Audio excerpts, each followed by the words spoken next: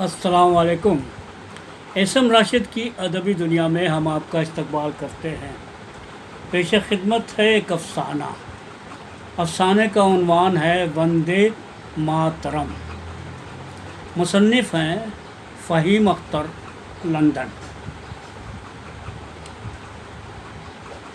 دھوپ خاص سر پر چڑھ آئی تھی، لیکن اماں صبح کی نماز سے فارغ ہو کر منہ ڈھانپ کر جو چارپائے پر دراز ہوئیں تو ابھی تک اٹھنے کا نام ہی نہیں لیا، اور جب سورج کی کرنیں دالان پر سے تیرتی ہوئی ان کے اندر والی کوٹری میں جھانکنے لگی تو چمپا نے اماں کے سرہانے بیٹھ کر تذ بذب سے پکارتے ہوئے پوچھا، اماں آپ کی طبیعت تو ٹھیک ہے؟ ابھی تک آپ نے ناشتہ بھی نہیں کیا۔ چمپا اماں کے پڑوس میں ایک ٹوٹی سی کٹیا میں رہتی تھی۔ اس کا تعلق سماج کے پسماندہ طبقے سے تھا۔ اس کا شوہر تھوڑے ہی عرصے پہلے نچلی ذات کے ریزرویشن کی تحریک کے دوران پولیس فائرنگ میں مارا گیا تھا۔ اماں بیچاری تو دراصل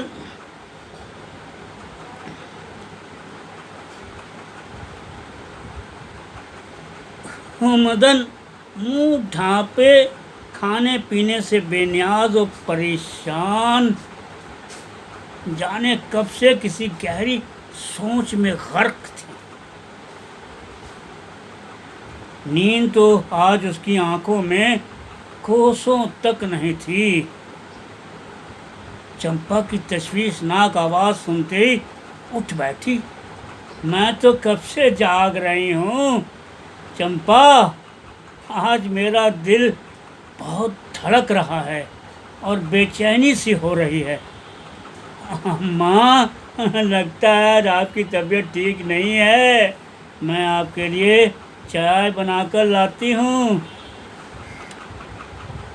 ارے چمپا، تو کیا خاک اماں کو چائے پلائے گی؟ تو خود ہی بھوک کے مارے تڑپ رہی ہوگی۔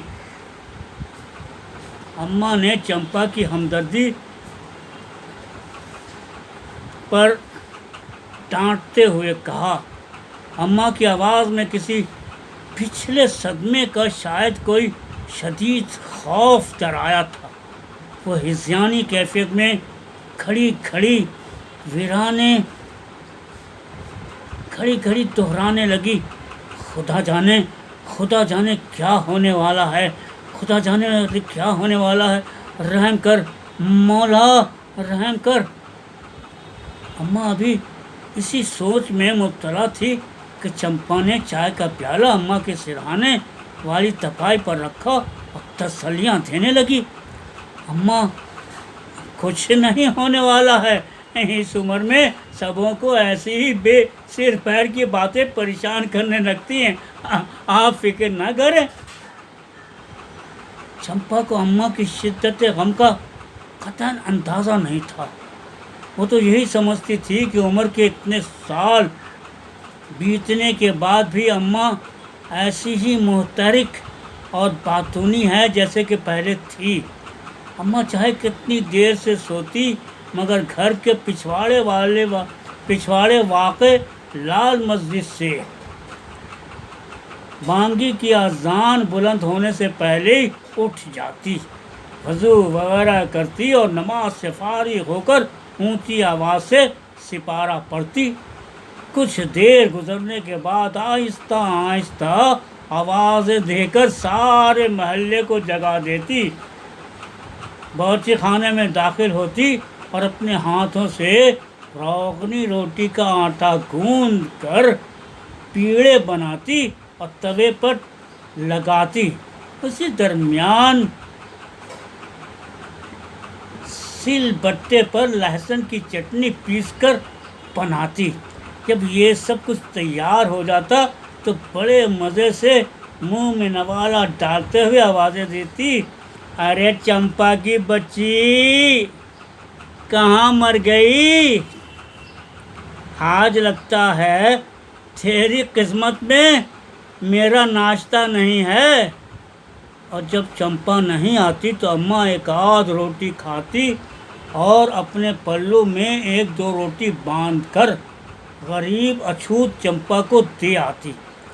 پڑوس کے سارے ہندو مسلمان اماں کو صرف آنکھوں پر بٹھاتے، کیا بوڑھے کیا بچے، سبھی محلے کے رہنے والے اماں اماں پکار کر اس کا خیر مقدم کرتے۔ اماں کو بھی سارے محلے کی فکر لگی رہتی تھی، ہر ایک کے دکھ درد میں شامل ہو جاتی۔ لیکن آج اماں کے پاؤں گھر کی دہلیز سے باہر نہیں نکلے۔ نہ جانے ایسا کیا ڈر غالب تھا کہ وہ آج سراسیمگی کے عالم میں عجیب حواس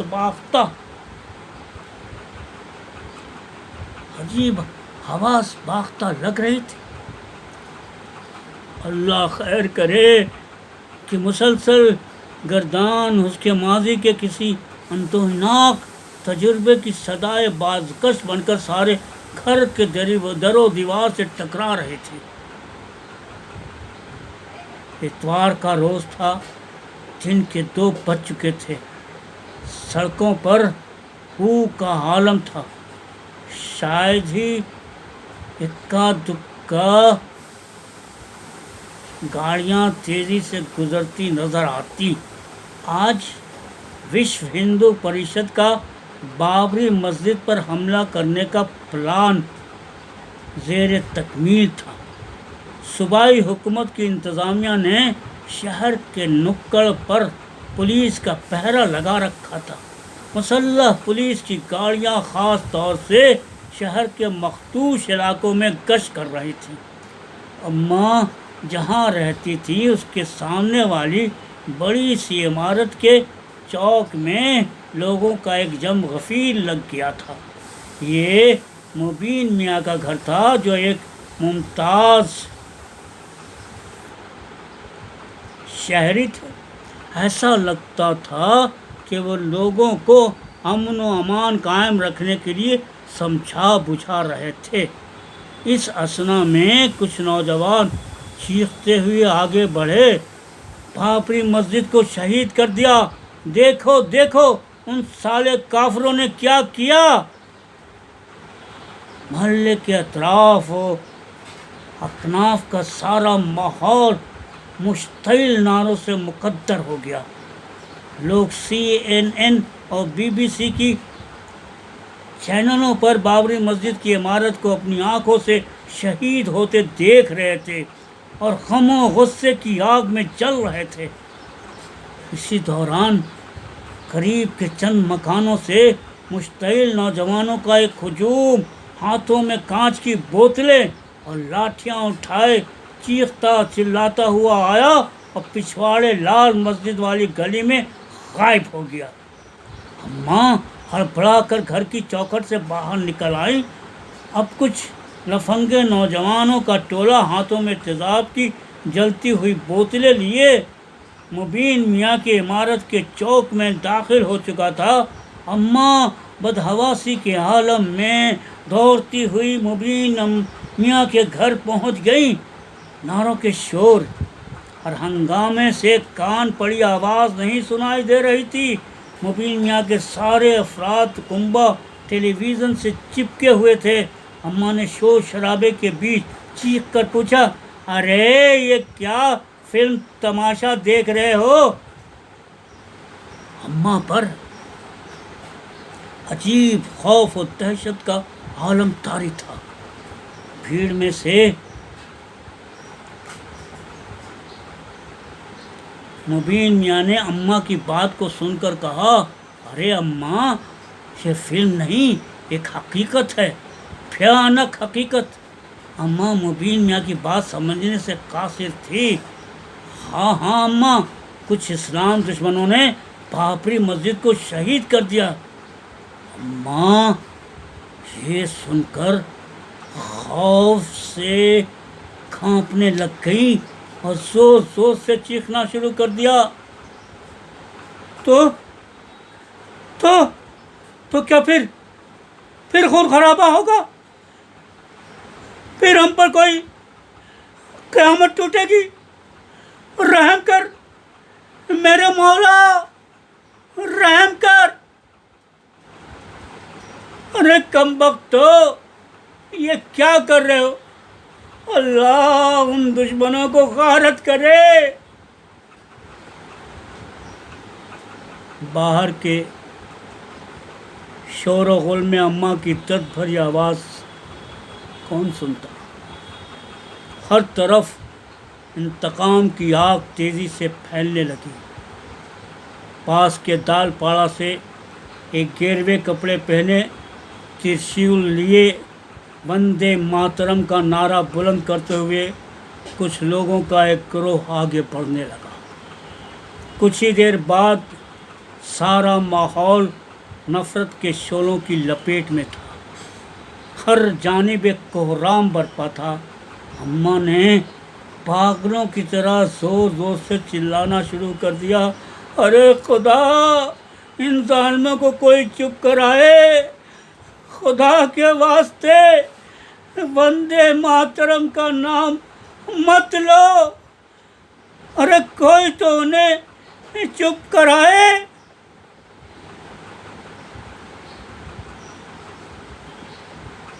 مبین میاں نے ناصحانہ انداز میں اماں کو پکڑ کر خاموش رہنے کی تاکید کی، لیکن اماں کی زبان آج خاموش کیسے خاموش رہتی؟ پھر چیخنا شروع کر دیا، تم پر خدا کی مار پڑے، کمینوں، بند کرو یہ وندے ماترم کی رٹ، ہائے ہائے ہائے میں مر جاؤں گی، اللہ اللہ اللہ تمہیں غارت کرے۔ اس سے پہلے کہ اماں کی طبیعت اور بگڑتی، مبین میاں کا لڑکا رشید اماں کی طرف لپکا اور ان کو زبردستی کھینچ کر گھر کے اندر لے گیا۔ رشید خان کی بیوی نے اماں کو پلنگ پر لٹانے کی کوشش کی اور پنکھا جھلتے ہوئے تشفی دینے لگی، لیکن اماں بدستور ہائے ویلا کرتی رہی۔ کچھ دیر بعد اماں نڈھال ہو کر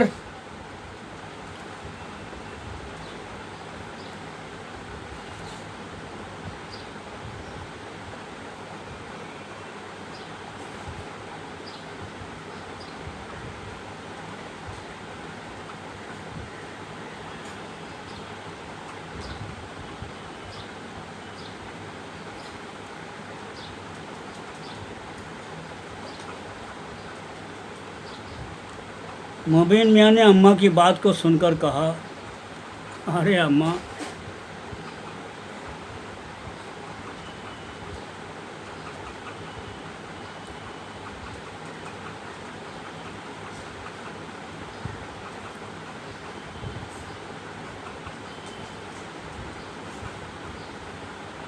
خود ہی بدھ کی مانند خاموش ہو گئے اور ٹکٹکی باندھ چھت کو تکنے لگی۔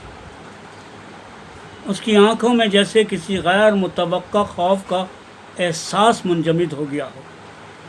ویسے بھی اماں پچھلی رات کی جاگی ہوئی تھی اور پھر دن بھر ہونے والے ہنگامے میں بھاگ دوڑ سے اس قدر تھک کر چور ہو گئی تھی کہ بیٹھے بیٹھے ہی اس کی آنکھ لگ گئی۔ رشید خان کی بیوی نے اماں کو سہارا دے کر لٹا دیا اور آہستگی سے اپنے شوہر کے کمرے سے باہر چلے گئے۔ شوہر سے پوچھا، آخر ایسی کون سی بات تھی؟ رشید خان کی بیوی نے اماں کو سہارا دے کر لٹا دیا اور آہستگی سے اپنے شوہر سے پوچھا، آخر ایسی کون سی بات تھی کہ اماں اتنی خوفزدہ ہو گئی؟ رشید خان نے نفی میں سر ہلایا اور کمرے سے باہر چلے گئے۔ کچھ ہی دیر گزری ہوگی، اماں ہڑبڑا کر اٹھ کھڑی ہوئی اور زور زور سے چلا کر کہنے لگی، کوئی ان دشمنوں کا وندے ماترم کا نعرہ بند کرے، کوئی ان دشمنوں کا وندے ماترم کا نعرہ بند کرے۔ اماں کانپنے لگی، جیسے کسی نامعلوم خوف کے آسیب نے ان کو جکڑ لیا۔ رشید خان اماں کی آواز سنتے ہی دوڑتے ہوئے اندر واپس آئے اور اماں کو سنبھالا دینے لگے، اور ان کی بیوی نے کچھ دم کر کے پانی پلایا، اور اس کے بعد اماں کے ہوش و آواز کچھ حد تک مستمع ہوئے تو رشید خان نے بمشکل تمام دریافت کیا، اماں آپ یہ بتائیے کہ وندے ماترم کو سنتے ہی اس قدر خوفزدہ کیوں ہو گئی تھی؟ اماں نے گلے سے پانی کا گھونٹ اتارتے ہوئے ایک لمبی آہ بھری اور انتہائی دکھ بھرے لہجے میں اپنے ماضی کے المناک تجربے کو بیان کرنا شروع کر دیا۔ یہ بات 1980 کے فساد کی ہے، جب سارا شہر فساد کی آگ کی لپیٹ میں تھا۔ میرا ایک چھوٹا سا گھر بار تھا، اس میں میرے میاں تھے اور میرے 2 بیٹے انور اور منظر۔ میرے میاں اللہ ان کو غریق رحمت کرے کہا کرتے تھے کہ میں اپنے بچوں کو اتنا پڑھاؤں گا کہ وہ آگے چل کر ہندوستان کا نام روشن کریں گے۔ میرے میاں ٹیکسی چلایا کرتے تھے، دن رات پسینہ بہا کر کام کرتے اور باقی وقت عبادت میں گزارتے تھے۔ اس دن میرے منع کرنے کے باوجود وہ نہیں مانے۔ فساد کے باعث کئی دنوں سے شہر میں کرفیو لگا ہوا تھا۔ آج جب کرفیو میں ڈھیل دی گئی تو لوگوں نے گھروں سے باہر نکلنا شروع کیا۔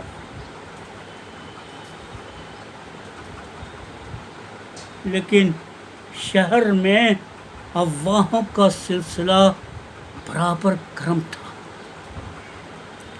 میرے لاکھ منع کرنے کے باوجود بھی وہ نہ مانے اور ٹیکسی لے کر کام پر نکل پڑے۔ یوں بھی گھر میں تنگی سے گزارا ہو رہا تھا۔ ابھی ان کو گئے ہوئے کچھ دیر ہی ہوئی ہوگی کہ سامنے والی ہنومان گلی والوں نے ہمارے محلے پر دھاوا بول دیا۔ آنن فانن میں ساری دکانیں بند ہو گئیں، لوگ اپنے اپنے گھروں میں خوف زدہ ہو کر دبک گئے۔ پولیس تماشائی بنی بلوائیوں کو دیکھ رہی تھی۔ اس اثنا باہر لوٹ مار کا بازار گرم ہو گیا اور سارا محلہ وندے ماترم کے دہشت ناک نعروں سے تھرا اٹھا۔ ان بدماشوں نے پتھروں اور لاٹھیوں سے گھروں کے دروازے توڑ دیے اور اندر گھس آئے۔ میں اپنے دونوں بچوں انور اور منظر کو اپنی باہوں میں سمیٹ کر لکڑیوں کی ٹال والی اندھیری کوٹھی میں چھپ گئی،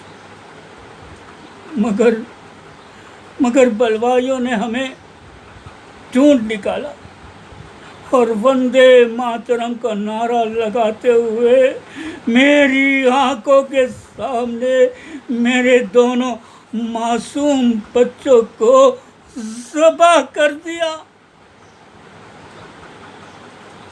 اس کے بعد مجھے کچھ ہوش نہیں، کچھ ہوش نہیں رہا، اور جب ہوش میں آئی تو اپنے آپ کو اسپتال کے بستر پر لپٹا پایا۔ میں کئی مہینے تک ایک لفظ نہ بول پائی۔ سارا دن اسپتال کی چھت کو تکتی رہتی اور سوچتی رہتی کہ میرے میاں کا کیا ہوا ہوگا۔ کافی عرصے کے بعد مجھے اسپتال سے چھٹی مل گئی۔ اب میں گھر کی چار دیواری میں اکیلی جینے لگی۔ روز صبح اپنے میاں کی تلاش میں نکل جاتی، پولیس تھانوں کے چکر لگاتی، مگر کہیں سے کوئی سراغ نہیں پاتی۔ دل کو پھر بھی ایک امید لگی رہتی تھی کہ وہ ضرور زندہ ہوں گے۔ ہائے ہائے، وہ دن کتنا منحوس تھا۔ گھر کے دروازے پر اس دن اچانک دستک ہوئی۔ میں نے سمجھا شاید بلوائی پھر واپس آ گئے، مگر سامنے پولیس والا کھڑا تھا۔ کہنے لگا، آپ کے شوہر کی لاش مل گئی ہے، شناخت کے لیے آپ کو میرے ساتھ چلنا پڑے گا۔ میں ایک مردے کی طرح بغیر کچھ پوچھے اس حوالدار کے ساتھ چل پڑی۔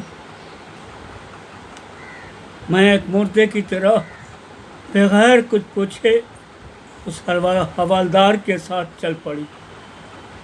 جب وہاں پہنچی تو دیکھا وہ میرے شوہر کی ہی لاش تھی۔ لاش آدھی جلی ہوئی تھی۔ میں رونا چاہ رہی تھی، مگر ظالموں نے میرے آنسوؤں کو بھی چھین لیا تھا۔ میں نے ایک لمحے کے لیے حوالدار سے کہا، کاش تم مجھے اسی دن مار ڈالتے تو آج میں یہ منحوس دن نہ دیکھ پاتی۔ حوالدار نے مسکراتے ہوئے تن سے کہا، بڑھیا، تو گھر جا اور اپنے اللہ کو یاد کر۔